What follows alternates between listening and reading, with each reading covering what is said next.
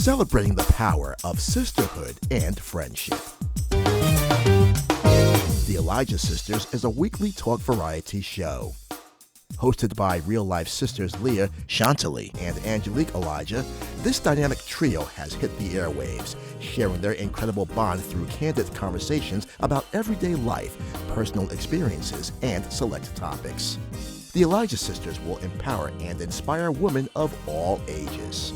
They'll spill the tea on the latest news and trending topics, beauty and fashion, fitness, ministry, personal finance, and relationships. Plus, feature interviews with special guests and so much more. This is more than just your typical talk show. It's time well spent with your besties. Watch The Elijah Sisters and let our family become your family. Good evening, everybody. It is February. Welcome to another wonderful edition of the Elijah Sisters podcast. And we are already in the second month of the year. Can you believe that? I cannot believe we are already fastly moving through the year 2023. And it is Freedom February, and we are here to celebrate it. I am all for it. So we welcome you, me and my sisters. And so we are ready to dive into not just this show, but this whole month is going to be packed full of enlightening dialogue and incredible episodes. So we hope that you stay here for the upcoming weeks. And so we're ready to dive right into this show for today. And so I want to not just greet you, myself, if you have not met me. My name is Leya Elijah. I am the oldest of the pack. Sisters, and we also have the pack, the brood, the crew, whatever you want to call us. And my sisters are also here with me. So we have Chantilly and Angelique. Chantilly is down in Arkansas, where they have had all of the snow and ice. Chantilly, how are you all doing down there in Arkansas? We're doing pretty good. They, a couple stores like to close up early and stuff, but the snow just started melting today. It was frozen down here for about 2 days, but oh my goodness. It's just a little cold. People say, because we're in South Carolina, Angelique and myself, of course, we all migrated to the South in 2005, and then you, I know, moved to Arkansas a couple years later, and they like to tell us Southern transplants we should be used to it because we're from the North. And my response is cold is cold and winter is winter. And me personally never did care for the snow and the ice. I mean, I think like all kids, you enjoy playing in the snow, but I haven't been a child in a very long time. And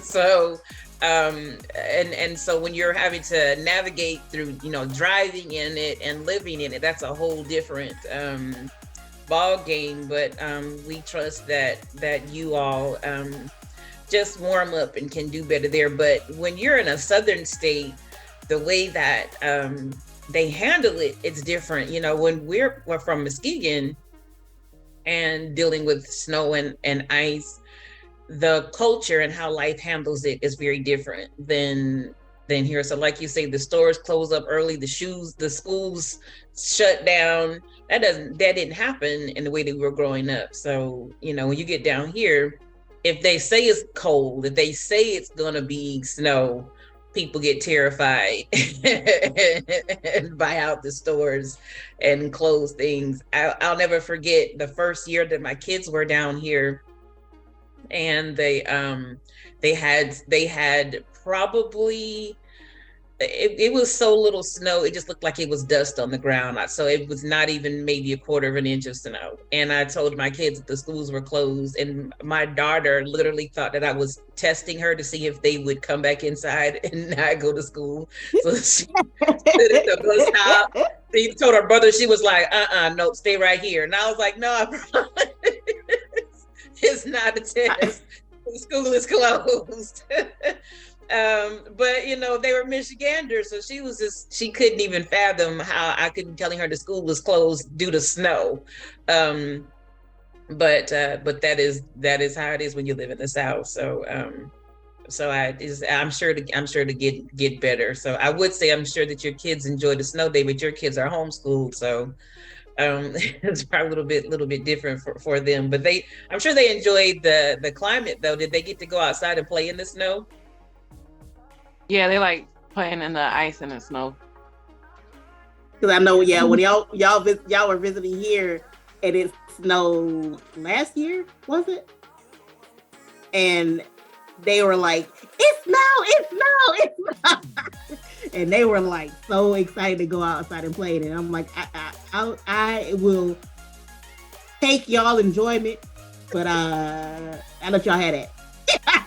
Because 18 parades when they enjoy snow, because I don't want to be a Grinch, but I'm like, no.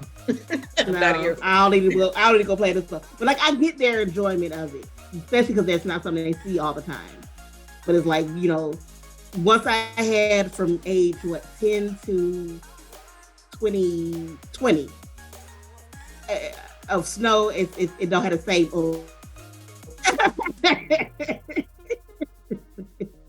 Yeah, I still have pictures of Kyle's first snow when he was like, Me I think too. It came up on my phone and like, look at this time this year, and I was like, he was so cute. I was in the house. They were like, "Come outside and play with us," and I was like, "I've seen it." I got it all. It's his first snow. It's not mine.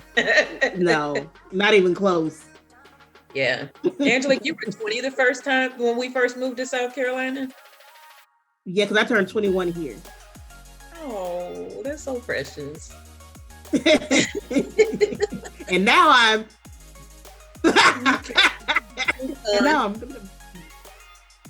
I did notice that you didn't share how old you were on your birthday. I didn't know if you were waiting to share that or. I'm okay. I'm 37. I'm 37. Are you? I am. How are you your heart? 37 if I'm 40? Because I am. No, that. I might be 38. I know I'm not 36. I would like for you to go with 38. I stopped. Honestly, I'm not gonna lie. I stopped keeping up after a certain age. It's like it could be 37, it could be 38. I don't know. I keep up. The age. But I'm saying like it's an age. It's like when I was waiting to turn 16, it was like, ooh, I'm turning 16. 18, ooh, 18, 21, 25. Now it's like, it's my birthday. Like, send me money, leave me alone. It's like I don't really keep up with it anymore. Like I honestly have to really go at this. Like I thought a lot of people were like playing. Like I legitimately have to go and look at like my birthday and look at something like, oh, okay, no, that was the wrong age. I am this age because I don't keep up with it like that anymore. Because it's just like it is what it is. It is. I don't get nothing for being 38. I work with teenagers and college age kids, but I work with mostly teenagers, and it's always funny to me when I hear young people say how old they are, because when you're young, it's I'm 16 and a half, I'm 13 and a half, I'm 15 and 3/4, and it's just like I remember that phase in my life when you're so excited for how old you're going to be that you're counting that down, and it's like I'm not excited. I'm when you ask how old you are, and it's like you tell them when your birthday is. It's like, I'll be 16 on my next birthday, and that's not what they asked you. They asked you how old you are right now, but you're so young and youthful. Then now it's like when you're over 40. It's like I used to be. It's like I'm in my mid 40s now. So I used to be 40. If that works. I legitimately have to remind myself I'm 38 because I legitimately keep saying 37 because I don't keep up anymore. Like, what am I getting for being 38? Like, what is special about 38? Like what is, you know what I'm saying? Like, you know, it's like when you go to the ages, it's like 16, you know, you can get your first ID. 18, you can, you know, get another step in your life. 21, you know, you can start drinking. 25, you can rent cars and hotel rooms. Okay, I'm 38. It's like, okay, now what? It's like nothing special comes from that. It's just like, it's just an age. So it's like, I just really stopped paying attention. So like, I legitimately, the 37 was not a joke. I legitimately thought, I didn't realize that was the wrong age. So the older you get, you don't, I don't think about it. I just really don't think about it anymore. I just Bless don't. your heart. Like, this is like... Well, this is February. This is February, and of course, for us, this is Black History Month. For everybody, it should be Black History Month, and so we are excited to celebrate and honor it. And we have talked about being homeschoolers, and we were homeschooled growing up. I started off in a private school, and then after second grade on up, I was homeschooled with my sisters. And the beauty of being homeschooled is that you get to design how your learning is. And so our mother was incredible in making sure that we learned so much about Black history. She literally created a Black history class for us. And so we're excited to share a lot of what we've grown up learning. We didn't have typical structure in Black history. And I remember, and my sisters and I were talking about, because we went to the library a lot as kids. With the other kids went to the mall, we were at the library. And so, and that's why we wanted to be. We wasn't being forced. We grew up loving to read. And that, just so that you know, this February is also Library Lovers Month. So take time to get out and love on some books this month. I don't know when the last time. Let me take it back. Okay, so I think the last time I went to the library was where we lived in another part of South Carolina. So that would have been, maybe 2000, maybe 15 or earlier. Like, I haven't been to a library I haven't been to the floor, like where we live now, library in years. So I'm like I haven't been to it in a while. So I'm like, I might just you have till the 28th to get on out to the library and dust off that card and get you a book. I don't even know if they might be like, you ain't got no card, get out. I am going to challenge myself, because I know I haven't been in some years, to just go in and pull me out a book or two. I want to jump subjects, but that wig is amazing. I keep getting distracted because that wig is so cute, Renee. Like, I keep looking, that wig is so girl. Oh I'm not a big bob person, but I do love this one. I love the ombre-ness of it. So I want to go ahead and so get to the great people at Young's Beauty Supplies, particularly Mr. Steve, the owner, who is making sure that I look absolutely fabulous while we are here on the podcast. He is where I'm getting my wigs, where I get my absolutely gorgeous 3D and 5D mink lashes. It is where I get my makeup. It is where I am making sure, and I have my L earrings on tonight too. So I had my Aries on last week, but y'all didn't see them. So okay. I have my. Does Mr. Young know that you don't do the podcast by yourself? Hello. If he open to helping out a sister, so he can style the whole podcast. It's all Thank right. you.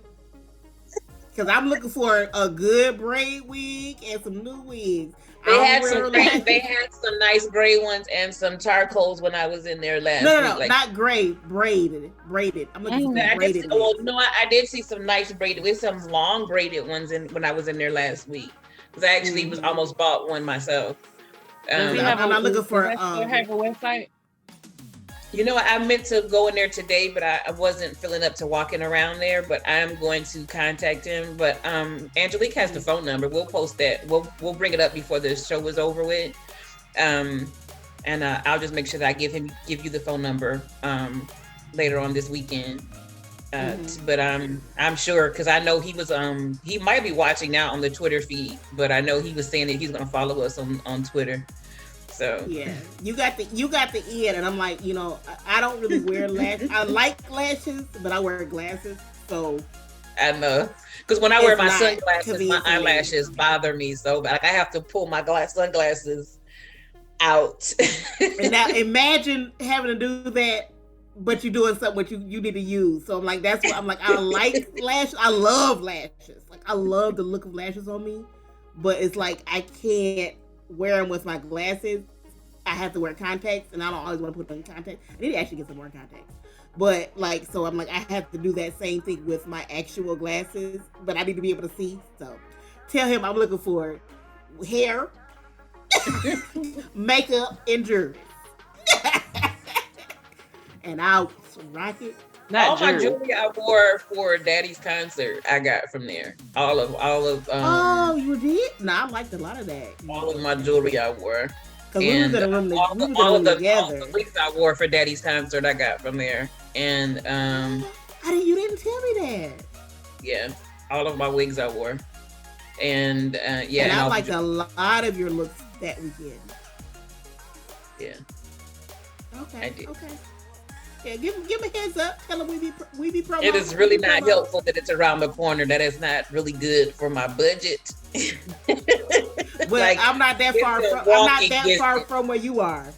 I know where that is. I know exactly where that is. So I'm not that far from that. Literally like around the corner. It's around the corner. So I know exactly where he is located. So just give me a heads up and be like, hey, you want promo? Stylist. What I love about we need to move on. What I love about Young's is it is because I shop at all of the hair supply, all but one of the hair shops in Florence. He has the largest selection of to me colored wigs and ombre looks, different colors to me. It's a lot of places here that just say with brown blacks. And brown and black and like blondes, but he has a lot of different colors and current looks. And yeah, because me, I do a lot with the purples and different things. And because it's a platinum I'm going back to get. I still need to get like the top part of that wig. I still need to get a wig that color I want to get. So I'm like, I'm gonna check them out because I'm gonna check them out. I'm gonna go because it's not that far. It's not that, and I don't like driving all over town. So I'll check them out, but let them know I'm coming. You need to come in there with me one day so we can go in there together. So I can just be like, this is my sister, and I need to go in there and have Chantilly on the phone so I can. Right, hand me a messenger. For real hustle. Look, it's us. Yeah, so yeah, we'll plan a I'll talk after all because I don't want y'all to know all my business. I know, right? I'll message you about a day that I'm doing something for, and then when I'm free, and I'll talk to you about it. We need to bring Mom with us too. Yeah. And that's it. We moving on because we don't need like House of Florence walking in with us. Yeah, that's what I'm saying. I'll talk to you after y'all. I've already said too much. Y'all don't know my schedule and what I'm doing. Y'all already know me like that. You're like, Minister Leah, what you doing here? What are you doing here? Exactly. I got you. Let me note it.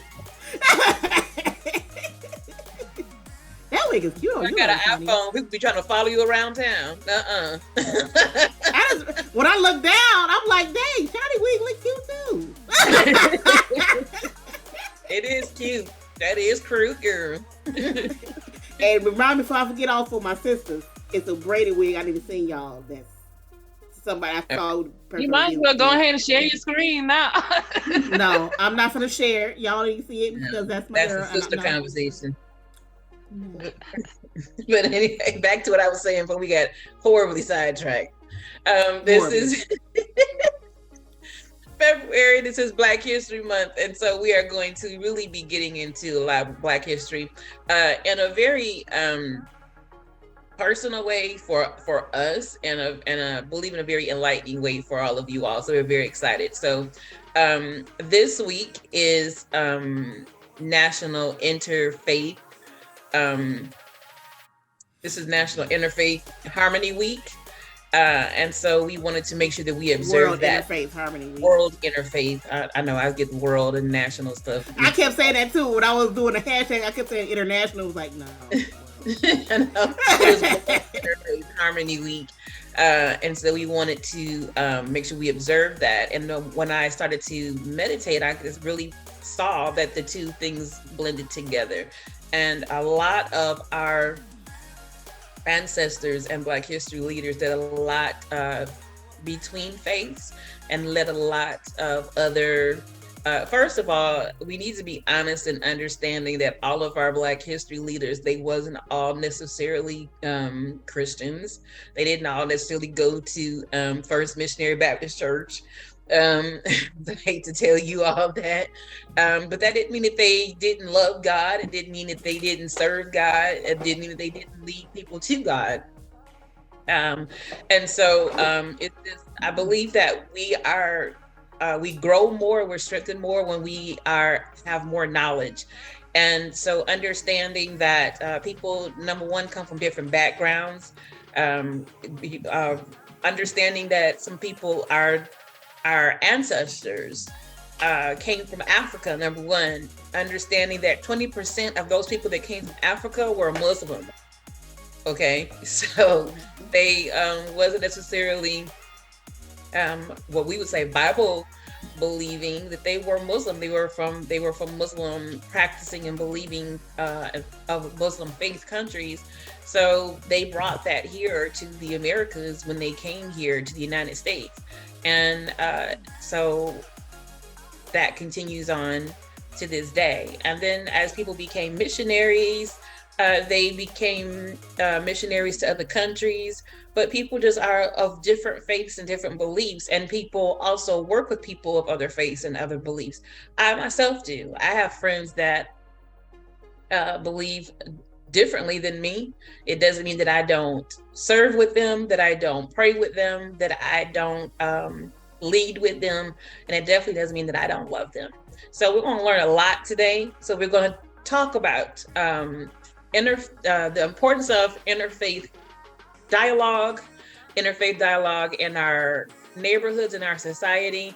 And then we're also just going to talk about learning about different Black history leaders and changes that they made in our society. And we're going to talk about a lot of people that we don't know about. So it was very important to all of us that we did some learning about the people that we don't necessarily hear about from history, the people that we don't hear about all the time, so that we do some actual, real learning today.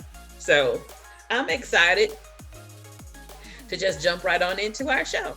So that being said, our beginning dialogue today is going to be some did you know facts. Because it's important that we do some did you knows. So we're going to do some Black Not history. did you know. That sounds pretty digital. I want to know if you know. All right. So I'm sure that you know, but in case you didn't know, the largest women's organization, period, happens to be the National Council of Negro Women. Did you know that? No, I didn't know that. Okay, so I was wrong. You did not know that. Shame. You can't be shaming us if this is a learning. Wait a minute. You can't start off with the shame. Put no shame on me. Take your shame. I really thought you all knew that. In 1777, Crispus Attucks, whose father was African and mother was a Nantucket Indian, became the first casualty of the American Revolution when he was shot and killed in what became known as the Boston Massacre.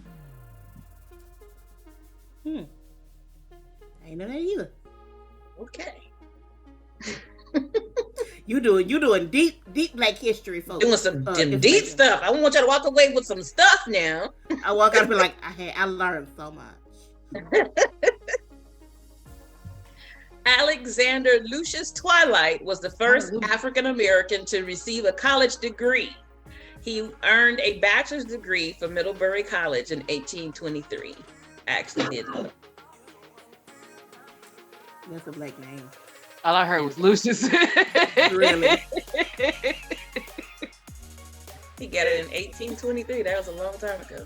Yeah. All right. That was just something to acknowledge because they wasn't just handing them out to no Black people that no, he fought for that thing. Yeah. Albert Frank Cox became the first Black to hold a doctorate degree in mathematics, which he received from Cornell University in Ithaca, New York in 1925. Okay. What was his first name? Albert. All right, Dr. Albert. And he got it in mathematics. In mathematics, honey.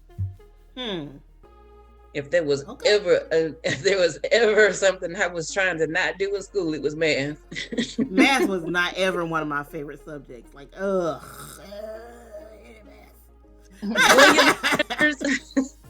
William Sanders Scarborough, and who lived from 1852 to 1926, was the first Black member of the Venerable Modern Language Association. Scarborough, who was president of Wilberforce University in Wilberforce, Ohio, was born into slavery and secretly taught himself to read and write. When he mastered those skills, he went on to learn Greek and Latin. Come on, William Sanders Scarborough. You gone, baby. Because Greek and Latin ain't nothing to play with. And he was born to slavery and taught himself to read and write. So I don't really want to hear people's excuses about what they cannot do. It takes work. It takes effort. You have to really want to do it. So he was the first Black member of the Modern Language Association. Wow. Okay. Here's another did you know. Ernest Everett Just prepared for college at Kimball Hall Academy, New Hampshire, where he completed the 4-year course of study in only 3 years. In the graduating Dartmouth College class of 19, as Daddy Henry would say, '07.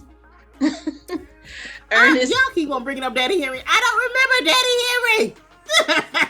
He was your great grandfather. I wasn't. And Ernest Just was the only person to be graduated magna cum laude. He was the only person to be graduated, and he happened to be a man of color. That's awesome. Go ahead, baby. And okay, here's another did you know. In 1634, we're going way, way back. French Catholics provided education for all laborers, regardless of race, in Louisiana, despite the belief and laws that Blacks should not be educated. Come on, Frenchmen. I did not know that one at all. I always want to go to France. I might check them out.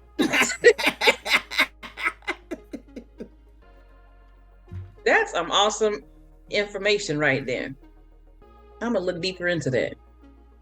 Well, I mean, a lot of Black, well, I should say, I don't like saying using the word Black anymore a lot of times, but a lot of African American entertainers really did go to Europe and stuff because they were more accepted there. Now, it wasn't perfect, and still are actually.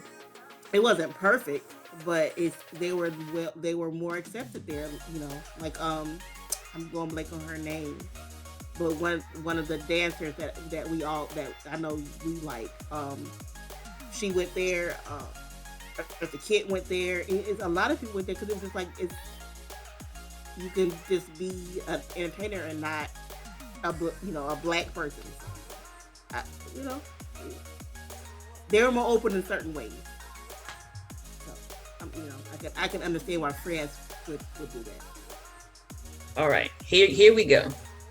Here's the one. Y'all ready? You holding on to your wigs? I don't know. I don't even have a wig on.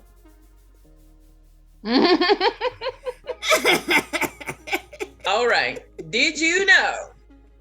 Not only did George Washington Carver research 300 products made from peanuts and 118 products from the sweet potato, but 75 from the pecan. Not the pecan. As well. Not the pecan.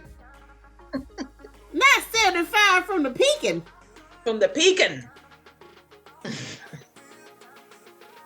And see, a lot of people, if anybody I did not know me, about the pecan. I'm not a huge fan of any type of tree nuts, none of that. So I definitely wouldn't known about the pecan. All I ever knew about was peanut. But okay, he did something with the pecan. Okay. Before this is over with, before Black History Month is over with, I'm going to get a list of everything that he invented. He did a lot, and everybody always talks about the one thing, but he was another person that did a lot.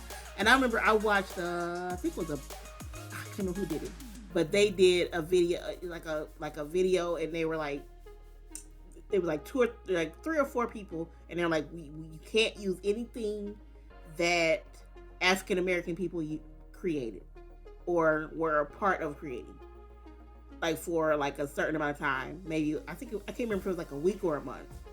And they were like, okay, when they first agreed to it, and then when they got into it, they were like, they didn't realize there was so many things they couldn't use.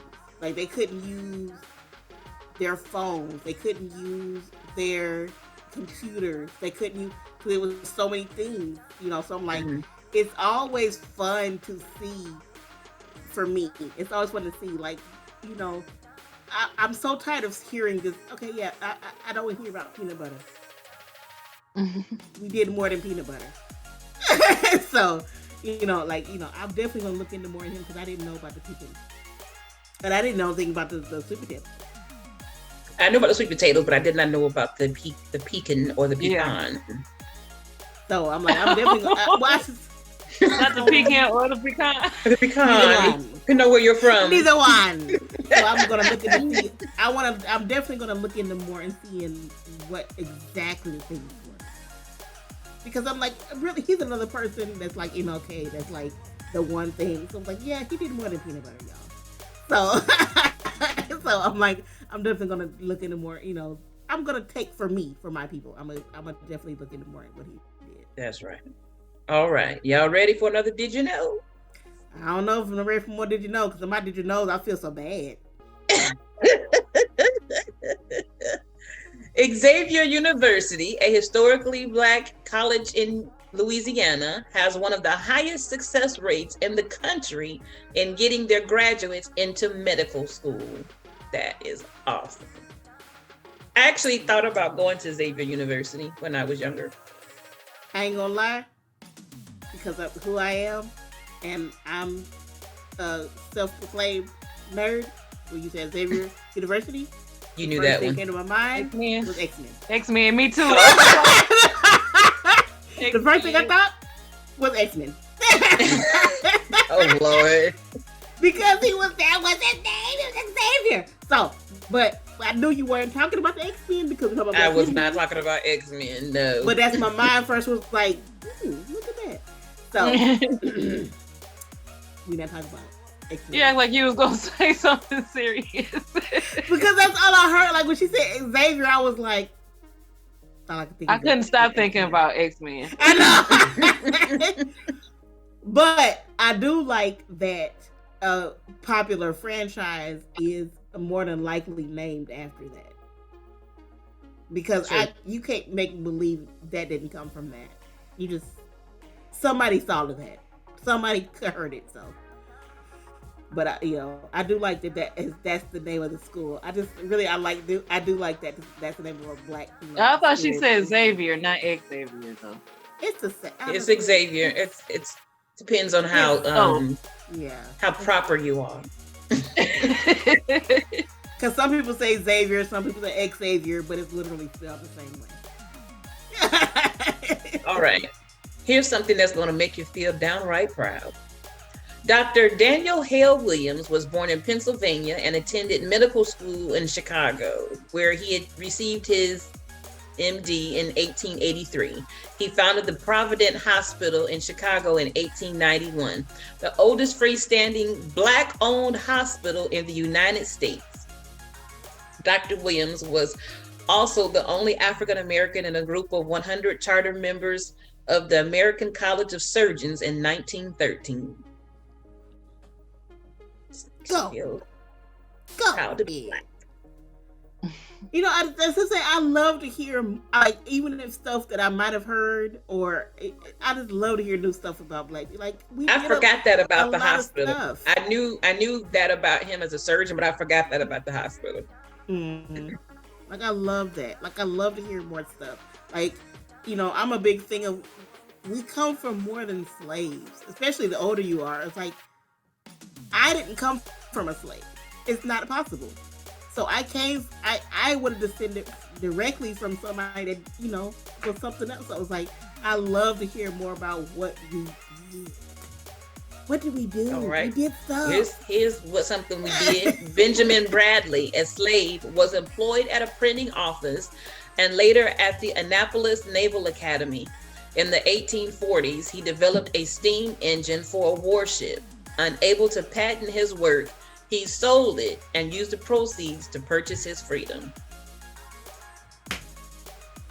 There you go. You gonna do you, boy. Do you. Yeah. He made his knowledge work for him. They needed it. Get out. They needed what he had, so he told them, if you need it so bad, then let me go. Yeah. I ain't mad at him. All right, we're gonna do a couple more, then we'll do this again next week. All right. Let's see.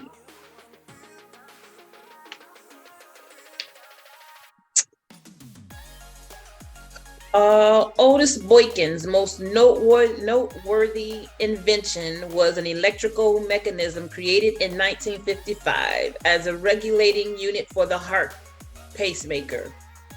Boykin also invented a type of resistor, an electric circuit element commonly in use today in radios, computers, and television sets. Appreciate that.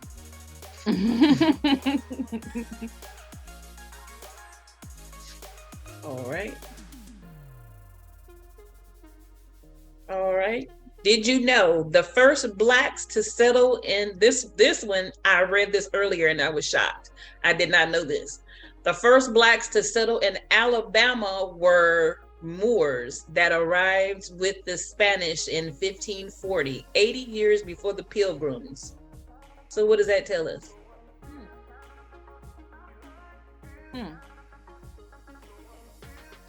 Oh, okay. Yeah, it was Black people. And where was we at? We was here first, at least in the middle. Okay. Okay. So when people tell us to go back where we came, okay. We was here first. Okay. We was here. Okay. That's one. If we was here, we was here. One person, something can't be there before something else. So. Calm down, Angel. Calm down. We was here.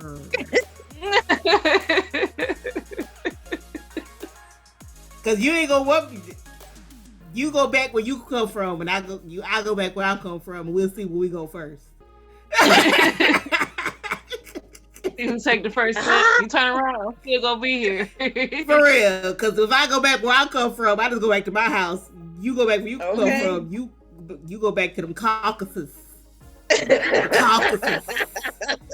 Don't play me. Oh my gosh. Oh goodness. Oh, I got tears in my eyes.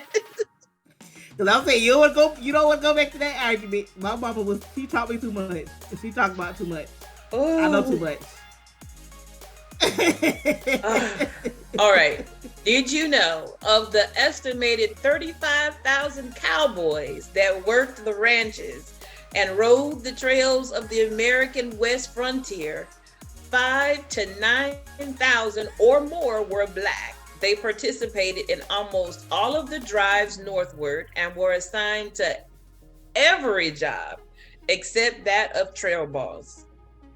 I'm not surprised. I'm not surprised about any information because we didn't just pop up out of Africa.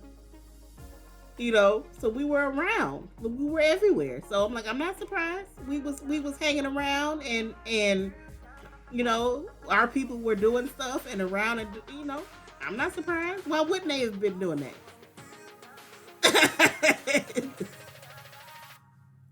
I didn't know about it, but I'm not surprised. Yeah, I knew that to a degree.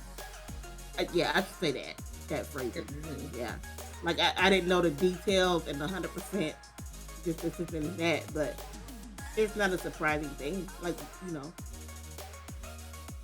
I'm not surprised. We would have had to do all the stuff everybody else had to do. We would have had to farm and corral and everything else. Did you know? This is the last one. Did you know Harriet Tubman usually comes to mind when discussing the Underground Railroad? However, Levi Coffin was the president of the Underground Railway. I didn't know. Now that one is maybe some I've heard about, but I can't say I know because I only know about Harriet. So sorry, I did not know that one. Sorry, bro. I mean, listen. Women get out there and do what we have to do. So she did. She made things happen. That's what usually she did. And I hate to admit it, but I still haven't even watched Harriet the movie. So I'm so far behind on so many things. There's so many movies. Yeah. All right. So let's get into some good conversation. Right. So let's start with this is World Interfaith Harmony Week, and that really excites me. Well, you pulling that up. I did look at the prayer that you. Oh yes. I might put that in one of my rotations of playing regularly. I did add it. It made me cry when I first heard it. It's so amazing. And then I started looking at I started looking at other prayers, and I was like, what's keeping me from learning these prayers? What makes these prayers any different from the other prayers that I pray? Nothing at all. And if any of y'all want to see the prayer, it's on our Facebook and Twitter. And it's such an amazing prayer. It's such an amazing prayer. Like it's so. I almost cried. I didn't cry, but I almost cried listening to it too. Like it was just so moving. Especially when I was looking at what they were saying. Oh my gosh. So yeah. That's something I definitely put into my rotation of something to listen to regularly. That was a learning piece for me, just in that call to prayer. Mm. And I was like, they don't pray any different than us, really. They just speak a little bit different. Mm-hmm. And I don't think that was even any different. No. and it was some stuff in there, that talking about Muhammad and stuff that might, whatever. But that's what I'm saying. It's like the general focus of the prayer was nothing I wouldn't have prayed in my day to day. So, that was it was very moving for me. Yeah. So we definitely we just didn't want to post it here during the podcast because the one that's on YouTube we didn't know if that belonged to a particular church or anything. So but that call to prayer is actually very, very beautiful, and we encourage you to look at it on our YouTube channel. Yeah, you can't read. You can't see to not be blessed. Yeah, it's currently up on our Facebook and our Twitter. So if you want to find it, that's where it is, and it's worth listening to. It's definitely worth listening to, and I'll try to remember to put it in our edited description. But it's definitely worth listening to. Right. So we have different leaders.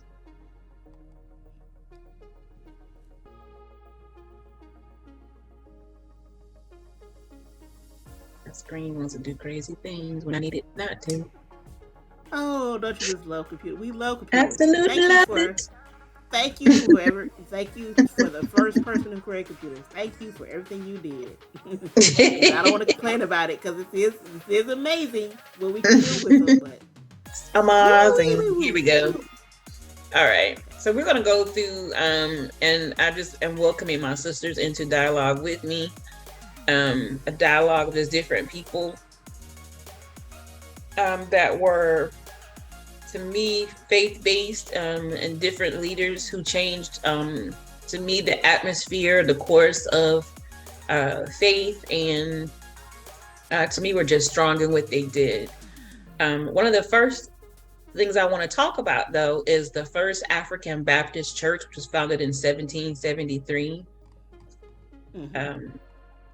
That actually was in Savannah, Georgia. And that was,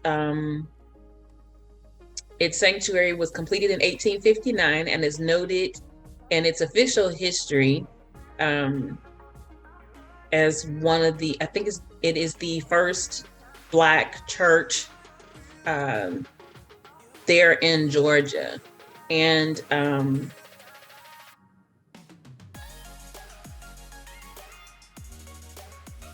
because a lot of the slaves came to in that area between like Georgia and South Carolina, and those slaves came from Africa, and those slaves that came there were, I mentioned earlier, that came with Muslim beliefs. There's a lot of slaves there. There's a lot of tracking of Muslims that came through there, because that also was a port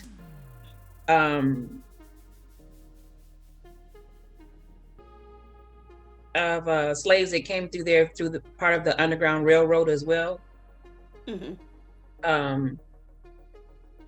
Many of the slaves that came through here helped build it. So they can note that a lot that passed through the church were Muslim, and there's a lot of the Muslim prayers that are in the old building, not the new building, that were like under the slats there. Yeah, so and like the West African, like they put a West African Arabic script. Yeah, was engraved there. Engraved on. So it has a lot of history. And so I think that, but that's not far from here with us here in South Carolina. Not at all. But they noted that the holes in the floor were the shape of the African prayer symbol to some, and I think that is so cool. Mm-hmm. Yeah. They very. I like the one of the things I really liked about this church was that they really tried to stay very close to their history and heritage, because so many early churches, were so taken over by slavery, and you had to say this, had to do this, even if it was in secret, even if it's hidden, engraved in a pew and slat, whatever. They made sure they tried to stay very, very much connected to their heritage. So, I that was something that really stood out to me about what is it? The First African Baptist Church. That was something that very much stood out to me. Yes. One of my favorite leaders and someone that I even consider to be a mentor is Mary McLeod Bethune. I love this lady and the changes that she has done for Black women, for women in general to me, but particularly for Black women. And studying her life, preparing for this, I didn't realize how much that she followed the teachings of Gandhi. And she came from a Christian background, but she was and she was a huge advocate for the civil rights agenda. But because of that, and of course she was close to Dr. King. So to me, I guess I just didn't put all the dots together. But she was very much broad in her thinking about accepting all people, receiving all people, and one of her sayings that she had was that any idea that keeps anybody out is too small for this age. Open your heart and let everybody in. That's an amazing quote. I know, like I wrote that down and was like, I have these boards I have that I write different quotes on around my desk that have like glitter around them. And that almost connects back to our vision board from last week. Like that kind of stuff can go on your vision board. Right. And that's going up on my wall. Like I need to meditate on that. Yeah. A vision board doesn't always have to be, I want, money, shoes, clothes, car, house. Like that can definitely, I would definitely have put a quote like that on my vision board. Because that is an amazing quote. That is like, especially for me personally, I know for me, like, I don't think down on people, but like, I have to definitely be a person that focuses on, because of, my size, my personality, everything, I have to focus on opening up and letting people in, because I just naturally don't. So it's like that, that is something that's just like an amazing quote. It's just it's like it has so many things for me that like when I saw it, I was just like, I get you, Mary. I get you, Mary. And it takes that type of thinking to have the tenacity that she had to found her school. When she first knew that she wanted to be a teacher, to start that college, well, just to be a teacher, period. She always knew what she wanted to do for young women. Yeah. But she always knew she wanted to do something to change the lives, to impact young women, to empower them. She knew that what she wanted to do. And I think you have to have an inclusive mindset. I think that people who, let me say this right. Well, not right. But I think Shani knows, like Shani and I have these conversations too. Like, I think the people who, if your call is to Black women or Black people, and you say like, I want to do this for Black girls, and if that's what you're called to do, I think that's powerful too. But I think that if you have an inclusive idea, like, and I think I'm someone like that. Like, I know that I'm going to reach so many Black girls and Black youth in what I do, but my vision is young people, period. Yeah. And under that, because when you see me, well, Black young people are just going to be drawn to me because of this, my skin. It's just empowering. Yeah. And so I think she automatically affected young black women, and black women were always going to come to her college and always going to have their lives impacted because of who she was. But I think she thought so broad and thought about all people. So she changed the world by thinking, you know, because she was a part of the NAACP and she was a part of several other major organizations. So she was always thinking much so impactful, you know, how much change can I garner? And so I just think, you know, you have to think like a world changer if you're going to change the world. I want to cut. Did you have anything to say about anything we talked about or anything we talked about so far, Shani? No, I'm just listening. Oh, okay. I didn't want to make sure. I want to make sure if you have something, step in.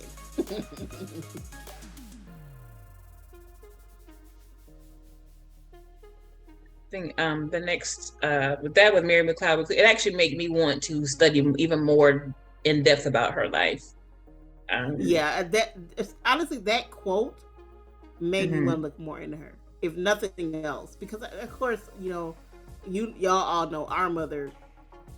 I've heard of her, so you know, I definitely want to look more into her and just see more, you know, what is not publicly known, because it's, you know, so many things are just like you might hear about her, but you just hear like the basics.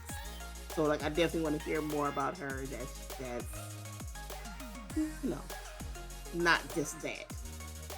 So I definitely want to know, you know, what did she do? What else did she do? What else is she a part of? So I was not aware of Pauli Murray, who lived from 1910 to 1985. So when Angelique was coming in the world, she was leaving. No. She's a civil rights activist who utilized Gandhian techniques, a legal scholar. Gandhian is Gandhi? Gandhian techniques. Okay. A legal scholar who pioneered the term Jane Crow to describe discrimination faced by Black women. I had never even heard that term until I was doing this study. Yes, I did. Yes. Because honestly, even just that term, that Jane Crow, like, especially even now, even currently now, yes, like, I never heard that term. Thank you. It makes sense because things affect men different than women. Yes. One of the first, but this is what was amazing to me. She was one of the first female Black Episcopal priests. And I think anytime that we break the barrier of being a first, that's so amazing, especially for a woman. So her legacy crosses barriers of religion, law, and race relations. How awesome is that? That's amazing. Her legal scholarship advocated for equal rights based on a deeper understanding of how identities intersect for each individual. She's still relatively unknown compared to her civil rights era peers, because I honestly had never heard her name, and I have studied a lot about the civil rights era since I was a teenager. Yeah, I can't say I've heard of her. Murray's recognized the power of inherent bringing together diverse racial and religious groups over shared values. So I think her life speaks a lot to, we talk about interfaith relations and relationships and conversations and beliefs. You know, I definitely want to study more about her life, but her life spoke a lot to mine, just like what Angelique said. I'd never heard the term Jane Crow, and living here in the South, it immediately hit my heart, like that made the last 18 years make so much sense to me immediately. And we can say, well, this is 2023, Jim Crow or Jane Crow doesn't exist anymore. No. You can believe that if you want to. It's like seeing that. It's like when I see that term, it really connects to. I'm not gonna go into this of names and terms. We on YouTube, but a lot of things that have currently happened in our modern landscape that are I perceive as against women. Certain things.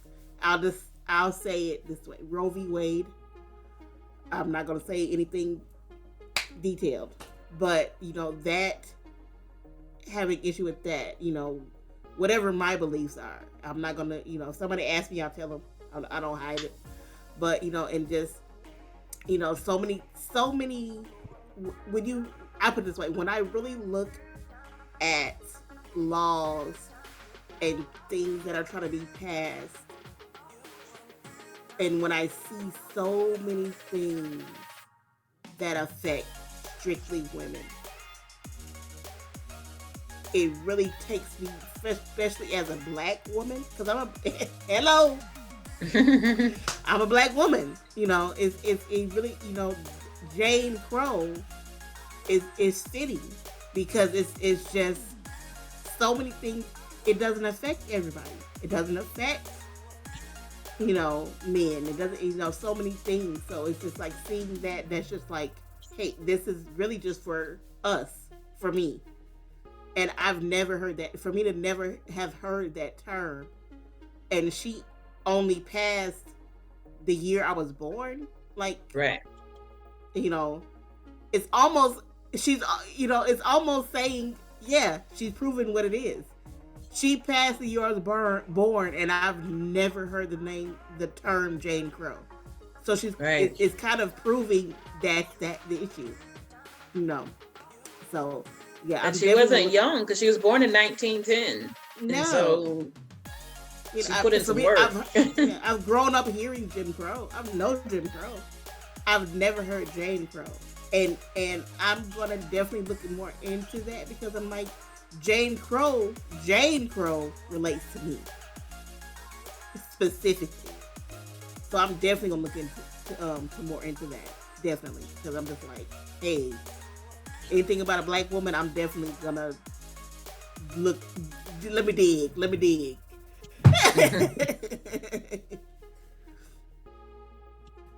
Yeah, we all deal with black women and black women's issues, so I would be interested. I'll come back to that. So the next person whose life I actually just did some study on his life about 3 months ago because I found it interesting and I had never heard his name. Was Bayard Rustin. He lived from 1912 to 1987. Rustin dedicated his life to political and social change in America, and his roots as a Quaker informed his quest for revolutionary change achieved through powerful but peaceful means. His organizing ability influenced freedom rides in the South, the Montgomery bus boycott, and perhaps his most notable achievement was the 1963 March on Washington.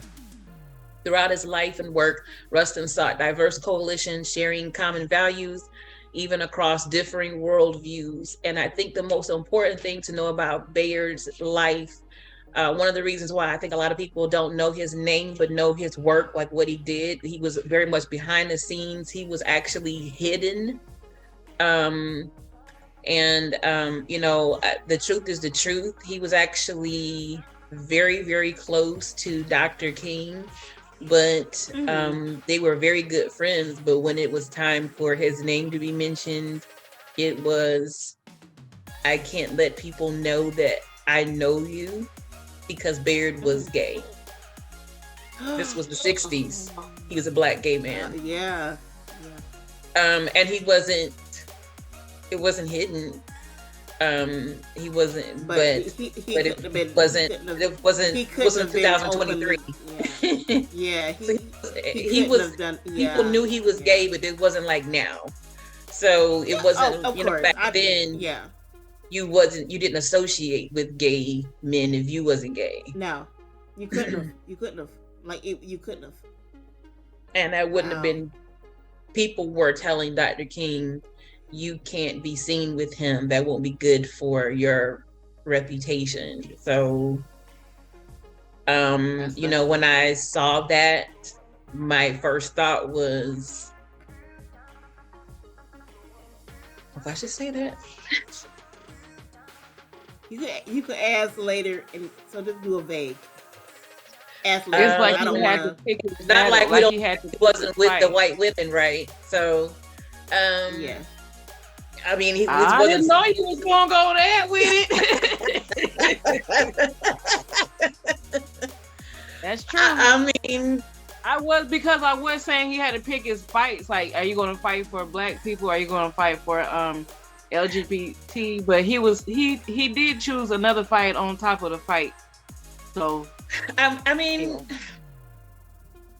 and no I would say let me straighten out my bangs. My bangs didn't got stressed out. The difference between that fight and white women or whatever, even though it was dangerous for a black man, it wasn't as dangerous if it had been a gay man. And it's facts is facts.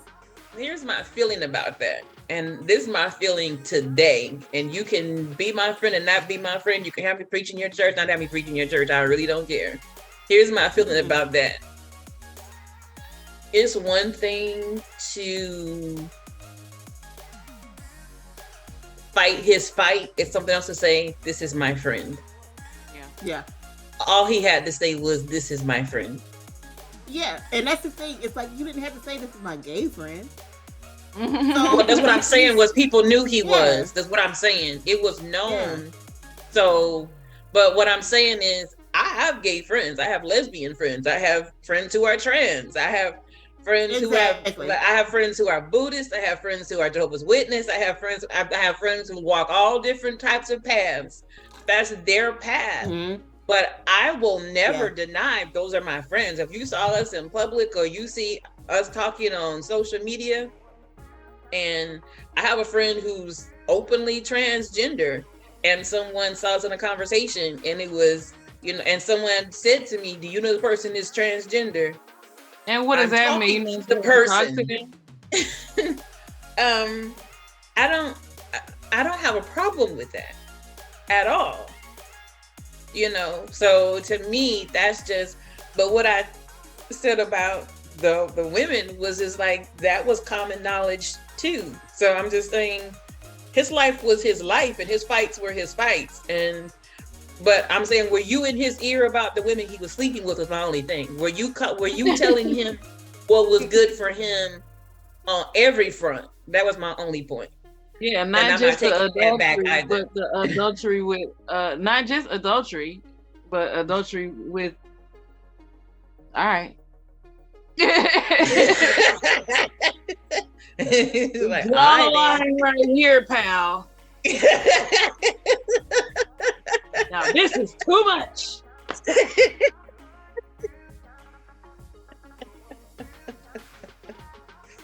I mean, it is what it is. What a different time. That's what you're supposed to say. It was a different time. But I was going to ask you. I saw that you had stepped away because we all deal with issues with Black women and young girls. I was interested in your viewpoint on the Jane Crow. I thought that was interesting. I never heard of it before. And that kind of feels like a conspiracy. So I'm going to make sure that I learn about it. Oh my God. It does. Honestly, like, excuse me? But honestly, it does, like, you don't want to say everything, but it's like so many things that have to do with You mean a women. conspiracy that we never heard it? Yes. Yes. Oh. Yeah, because like so many things have to do with women. It's like then we about to hashtag the heck out of it. Yeah. Hashtag Jane Crow. Well, I don't even know what it really is. I'm on hashtag when it don't even apply. I'm gonna eat a bologna sandwich. Hashtag Hashtag Jane Crow. Hashtag Jane Crow. But like, man, I just got some new shoes. Hashtag Jane Crow. Yeah. You know, like I'm definitely gonna look more into it because I'm like, the fact that I've never heard of it is real sus. Yeah, I'm older than Angelique, and I've heard a lot of terms in my life, and I'm like, that was mind blowing to me. And speaking of that though, things we never heard of, I just found out like recently, like maybe last week. Did y'all know that Martin Luther King's mom was assassinated? Yeah, I did know that. Yeah. I just found out about his brother like maybe a couple years ago. He was found dead in a pool, I think. Mm-hmm. And I found out about his mom. Like I was like, I did not know they was just taking out his whole family like that. Yeah, they was going for his whole family.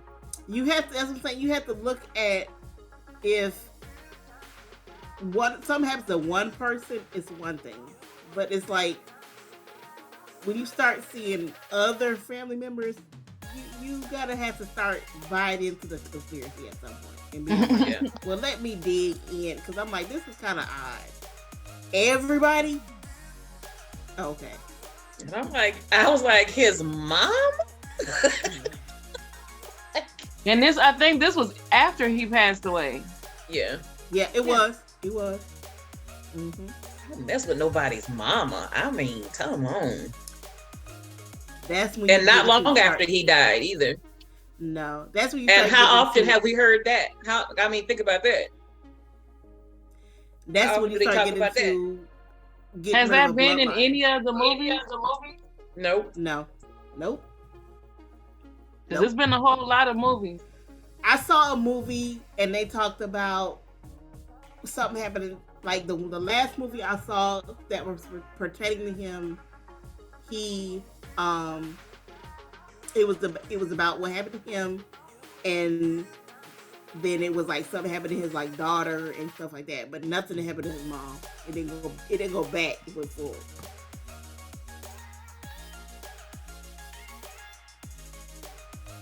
I've never seen it about his mama. And like Johnny said, it's been a lot of movies. But y'all had a lot to say, but you never talked about the man's mama. I was like, that's dirty, y'all. For real.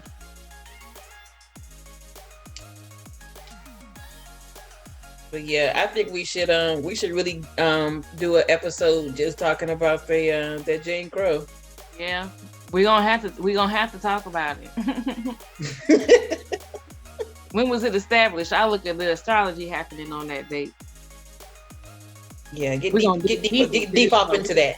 You do that part.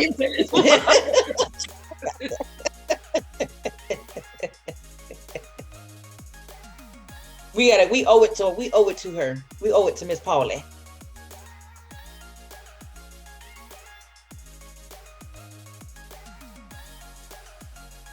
All right.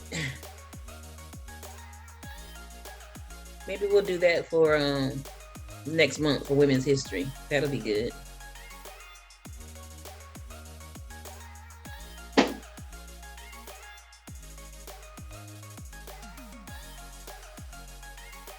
You said Women's History for that?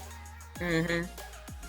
Let me look up her. I want to look. If we're going to do that, that's next month. If we do that next month, I definitely want to check in her. And so I'm like, I want to know more. If she coined a term like that, I definitely want to know more about her and know. I'm gonna get me a T-shirt made and everything. Hello, Jane Crow. Or something. I want to put it more in it, but just, don't Jane Crow me or something. It's gonna be something. Yeah.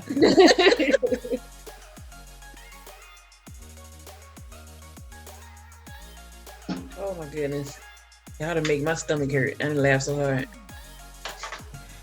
And because I'm like, I'm a firm believer of knowing all your history. So it's like, of course, Jim Crow still pertains to me, of course, but something that's specifically for Black women, I need to dig a little deeper, Pauli.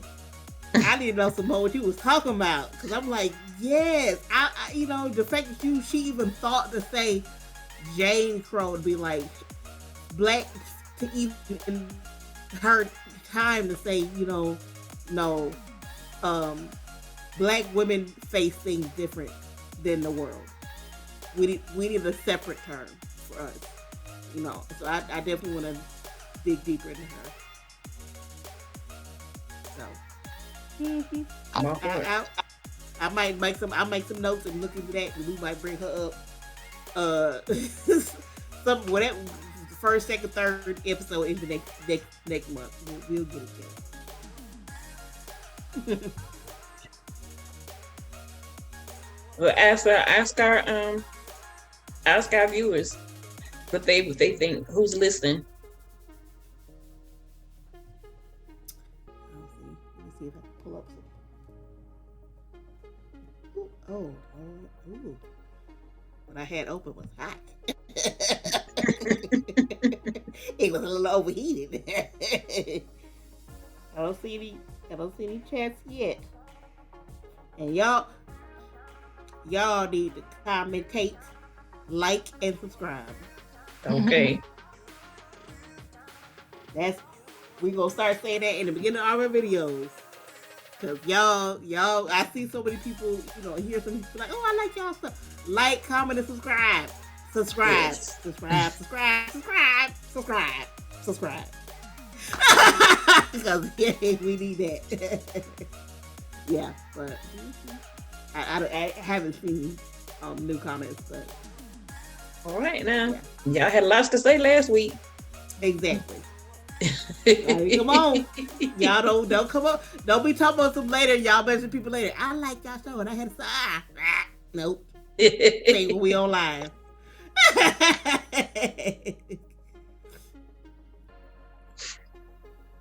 All right. So, William Barber, as founder and president of the Repairers of the Breach, which is an organization, and one of the leaders of the National Poor People's Campaign, Barber has dedicated his life to making sure that moral and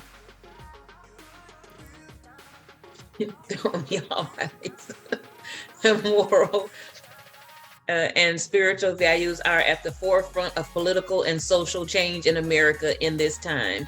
By building a multi-faith and multi-ethnic coalition, Barber has launched a moral revolution of values, bringing the concerns of America's communities of color, LGBTQ individuals, immigrants, and the poor to those in power.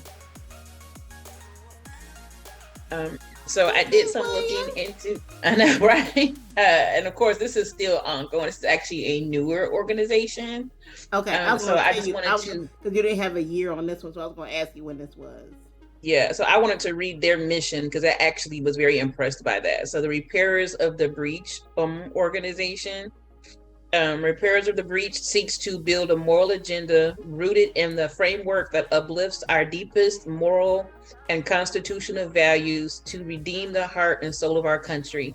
We are committed to building and supporting moral movements for change and training a fusion group of people, activists, artists, and faith leaders to organize and mobilize around the moral policy agenda that prioritizes love, truth, and justice. Okay. Their moral agenda states that it is time to move beyond left and right, liberal and conservative, and uphold higher ground moral values. So they're beyond political viewpoints, and they're just about how can we help our world become a better place. I don't want, it's very, very long. And it's about how can they help the world become a better place. Noted to share.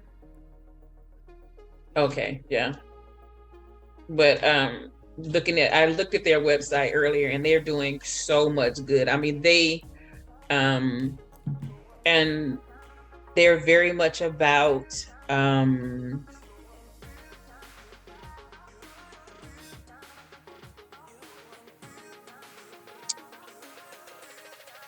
changing the world. Okay. They do a lot of political things. They just don't speak politics. So they do a lot. They do a lot of marches. They're at the White House a lot. They're based in Goldsboro, North Carolina. It's breachrepairers.org. So I actually want to contact them one day, and possibly even have them on our shows. I'm actually going to reach out to them. So yeah, they actually have a Jewish background as far as their leadership. Okay. Okay. But they do a lot with education, just a lot. That they're about changing the world by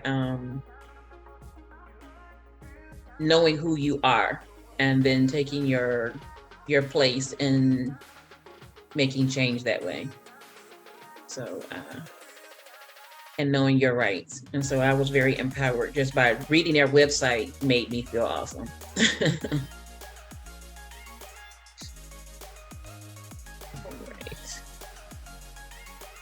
These are our people, and this is what I wanted to share. I know more about him, and if you want to send me what you had, I can help you kind of, even if we just work on something for next month, a couple weeks, or whatever.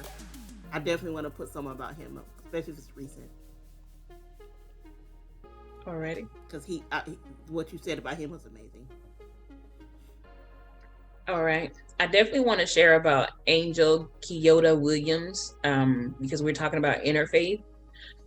She is a Zen Buddhist priest, author, and spiritual instructor. Williams has blazed a trail as one of the wisest voices on social evolution and the spiritual aspect of social healing.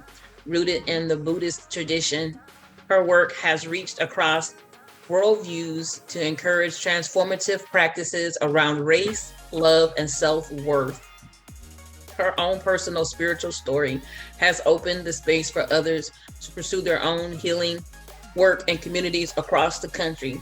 So she has done a lot of work in communities, sharing her story of love, healing. Of course, the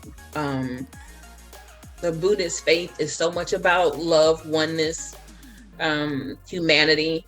And so she shared her own life with people. And I think that I've chosen to do that. And I'm going to tell you, I've found that when you do that, you win more people than sermonizing, preaching, when you just really make yourself a seed. And the fact that her choice to do that has allowed so much social healing that's transcended beyond race and love. And again, this is someone who's living right now. I think that is a beautiful thing. And so learning more about her is something that we all can do. This is one of our sisters. I think that if we're gonna say these are our brothers and our sisters, we can't just say that because someone's a quote unquote Christian. We're all the same race. We're all the same race because we worship different. Shouldn't make someone know that's my brother and my sister. And I don't have a problem with Buddhists at all. No, why would I? my thing has always been, I don't have to 100% double down, agree on what you believe in. That's not ever been me. So if I can have a conversation, if I can discuss, fine. We don't all have to agree on everything. That's not where I am. So, I might not agree with everything she's saying. That doesn't mean that we can't have a conversation. We can't talk. I want to share about Tiferet Berenbaum. He's one of the only few African-American rabbis.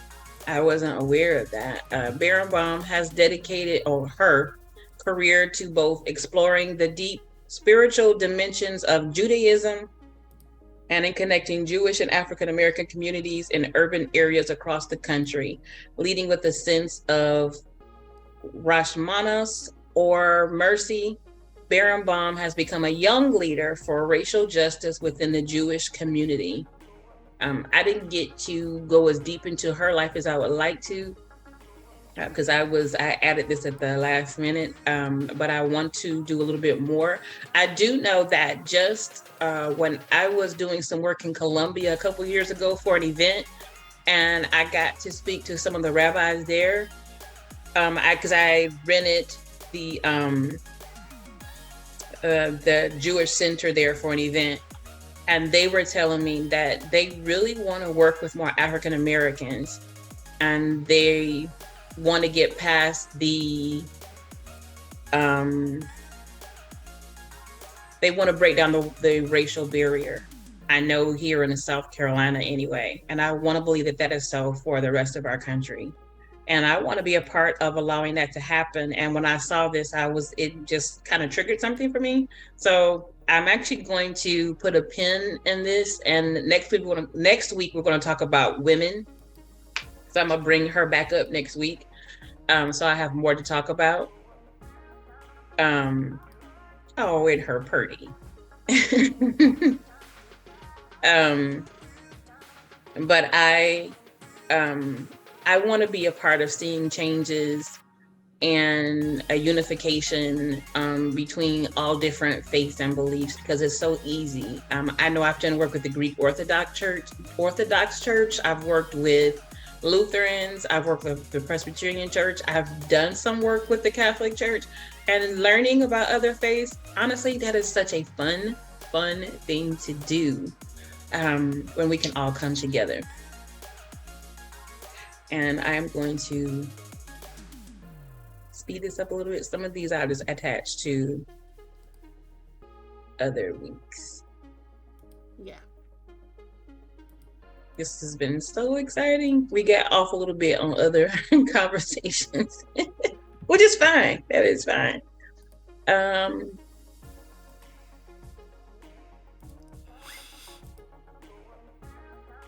I wanted to mention Lemuel Haynes, because his life was amazing to me. Lemuel Haynes was a Revolutionary War era pastor. His life was amazing to me for this reason. This I didn't know. I should have mentioned him back with the Did You Knows, but because I did not know this. He actually was the first Black man to be ordained a preacher in the United States, period.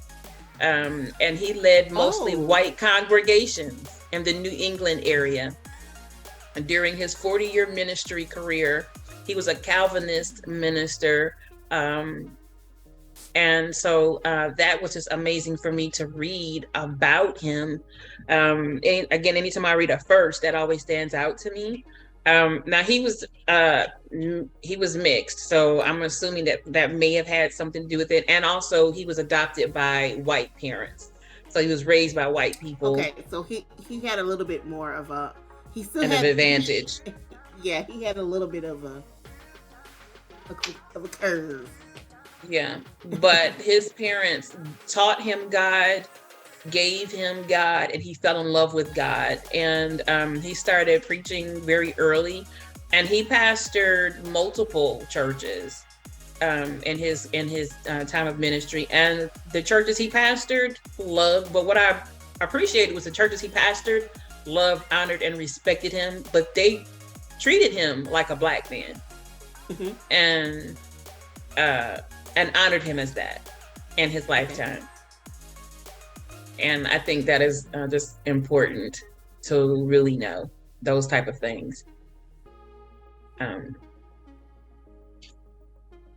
So I'm actually gonna go ahead and end it with the information that I had right there because I don't just didn't want to show them. Because we almost 9:00 and I'm like, ugh, so many more people. Ah! Yeah.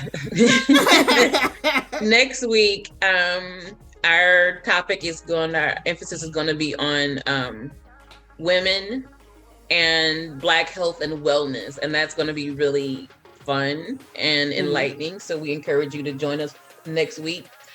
So that's really what I had, and I enjoyed the conversation with you all. I think Pauli Murray got us caught up tonight. That is not who I thought we was going to be stuck talking about, but that Jane Crow was so deep. But conversation is conversation, right? And so I think that anytime it just sparks wherever it sparks, and I'm just happy that we could have that conversation. And I'm always happy to have great conversation with you. Exactly. Amazing. Exactly. And so I need to get off of here and start printing my Jane Crow t-shirt. Start my hashtags. Not the hashtags. And my hashtags. I'm serious. I'm just gonna put on my Facebook page hashtag Jane Crow. I just want someone to ask me. Exactly. I might make me something and just make me a little thing and just put it up there and just see what happens on my socials. See what happens. You know what? You're gonna have different people on Facebook and different people on Instagram. It's gonna be a whole different crowd on Twitter. So I almost don't like dealing with people on Twitter because this is exhausting. But yeah, I think it'll be an interesting conversation. Exactly. Yeah. Chantilly the one that likes the conspiracy theories. She the one that can throw down with you. No, I do not like conspiracy theories. No, I do not at all. No, I do not. Like not conspiracy. Shawty like deep. Shawty like not necessarily conspiracy, but like deep stuff. Like well, that's what I mean. But I'm saying Chantilly can handle them. Chantilly can. I don't. I'm out of the conversation. I'm done. That's when you see Leah has left the conversation. Shawty ain't even on Twitter. Shawty on Twitter. And you know what? Every time I get ready to tag Shawty on something, I'm like, where's Chantilly's Twitter page? It exists. Mm-hmm. She don't look for her on Twitter. You gonna get your feelings hurt. That's fine. Twitter is not for everybody. Nah. No, that's like I'm on Twitter. Like I have a Twitter, but I'm like I don't engage with everybody. I'm just like I'm not doing that. I'm just not doing that. So. But yeah, I think I'm gonna make a little thing that just like I think I'm probably gonna make it tonight or tomorrow and make something and just put it up there and see what happens. And then put on all my socials and see what happens. Don't even say nothing. Like, hashtag Jane Crow and don't say nothing else. Don't say nothing else. See what happens. See what happens. Be like this, Jane Crow. Yeah, but I'm like, you know what? You gotta put it in. You gotta put it in your stories. That's what people will ask you about it. That's what I said. I'm gonna put it on all my socials and see what happens. I'm just gonna see what happens. Let it make it do what it do, baby. You know, and if somebody ain't crazy, the block button works. You say, and you are the reason. Exactly. You got to put it on a shirt and put it on the back. Because people always watching you when you walk away, so people can ask you. Exactly. I remember when people used to make shirts back when that was popular back in the 90s. When I don't know why that was so popular with young people with the little puffy pins and all that, and like people just get together in big groups. And I had made this shirt that had my back when I used to be called Renee. And I had a shirt, and I got in so much trouble. Like I don't even know if Daddy will remember this when he's listening, but we were in this department store, and these teenage boys was calling me Renee. They were like following me around the college, but they were being very flirtatious and calling me Renee. And I just remember Daddy saying to me, "We got in the van, tear that shirt up." Like I couldn't wear the shirt anymore. I was like, over these few little fools, I can't wear my creations. Daddy knew what they was doing. He knew. Because they were walking through the store and they were just like, "Hey, Renee." And I was like, They went by nothing. Yeah, Daddy already knew. They didn't know who my father was. Like, you do that with some other man's child. You don't do that with Dwight Elijah's child. Yes. And it's like so many people. Yeah. I really wasn't encouraging it, like not at all. No. And I really was like, please walk away. So many people don't understand. I would say so many people I see on my YouTube, especially because I'm on YouTube a lot, just watching videos, different types of videos. And so many people don't understand, like, I've even heard, like, a lot of males, they don't get certain things. It's like, what you think, it's like, oh, why are they offended? Number one, we're not stupid. Number two, we know what you're saying. Right. So, they weren't just saying that to be like, let me get your attention. So, a lot of things we hear from men as females is like, we know what to do with. We know right. And I was like 14 or 15. So yeah, and especially, and I know now between then and now, you definitely know now. It's like you can look back and be like, yeah, they wouldn't have nothing. Right. You know, now you know what Daddy was trying to tell it. Like, no, don't open that door.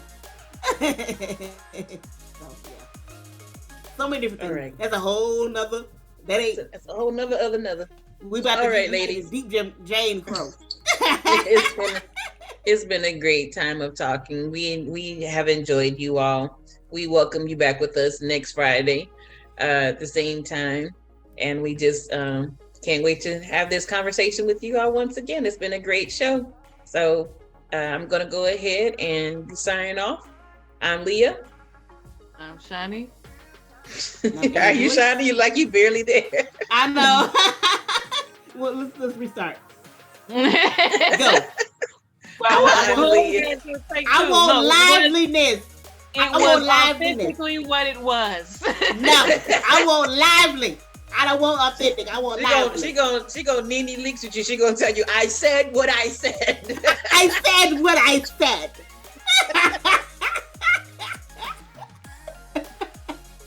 We gonna reset. We gonna reset. Because I want liveliness and enthusiasm. I tell y'all, this chick thinks she everybody's boss and she the youngest. You may go, Renee. You may go. You want me to turn your face back to your face so we know we look alike.